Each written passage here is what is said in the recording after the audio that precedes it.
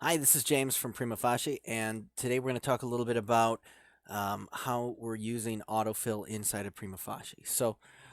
Let's start with this. As you see, we've created an article that goes along with this video. There's 8 rules to autofill. It's very important that you read that article and understand it, um, because if you don't, you'll think you're losing information, and we'll get bug reports, and it'll turn out you just didn't follow one of the rules. So I want you to take a close look at that article. And with that, let's just walk through it a little bit here. The way that autofill works inside of PrimaFacie is you navigate to a contact page.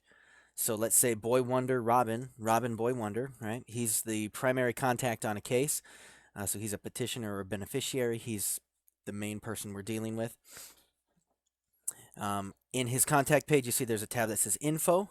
And here there's General, which is this information. There's actually more information. If you click Edit, you can see all of his information here. You can change his name. You can change spelling. You can change the email. Any of this you can change, right? Here's his biographic data. Well, he's 2'1" tall. Let's make him 4'1" because he wasn't that tall. Okay. So we're going to save that information. Any of the information you put in here is going to be used in the autofill process. Okay. The only exception to that rule is here on the I-94 history tab. This is just a tool for retrieving I-94 history from the CBP I-94 website. Okay. So we'll have updates so you can add other I-94s in the future, but for right now, it's important to know that this is just a tool. Now, when we look at addresses, I put the information right here to remind everyone. When you enter an address, for example, this one here, 123 Apple Pie Drive, this is not going to autofill because nobody clicked anything to say whether this is a address. This means physical address, a mailing address, or a foreign address. So on the forms for Robin Boy Wonder, this address here is going to populate for his physical address and his mailing address. This one here is going to populate for his foreign address. All right. Look at our previous addresses. We didn't add any for him here yet. Phone numbers, right? Same deal. You need to click one of these in order for it to autofill.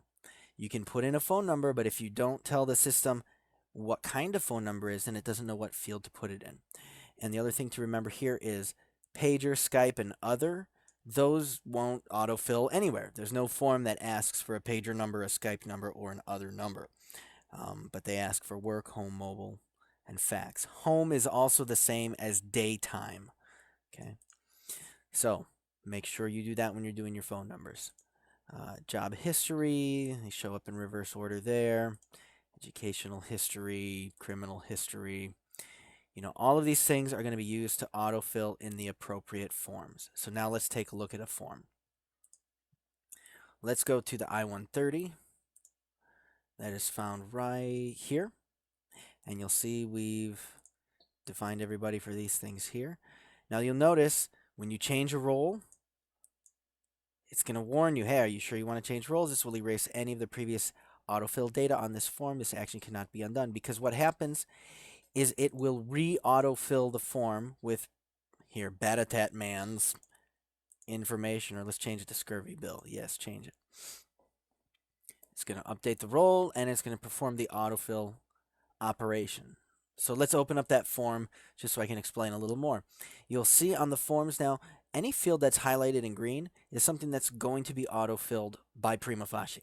Okay, so if you get in here and you say, oh, actually he has an other last name. He was Jacob James and make a middle name of Harold, right? So James Jacob Harold. If that was his other name, you do that, it'll work. You can download the form. It'll show up in there. You can print it. That's fine.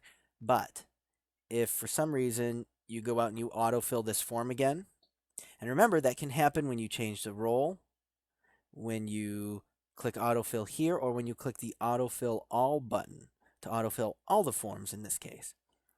So let's do that. We'll click autofill. Yes, I want to re-autofill the form.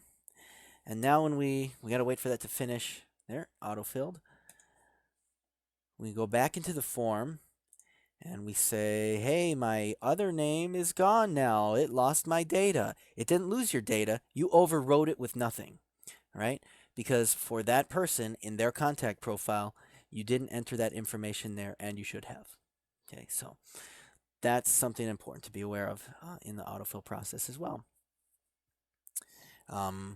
So I guess that's it for now as far as autofill. How does it work? Basic rules for using it. Refer to that support article in the future if you have any questions.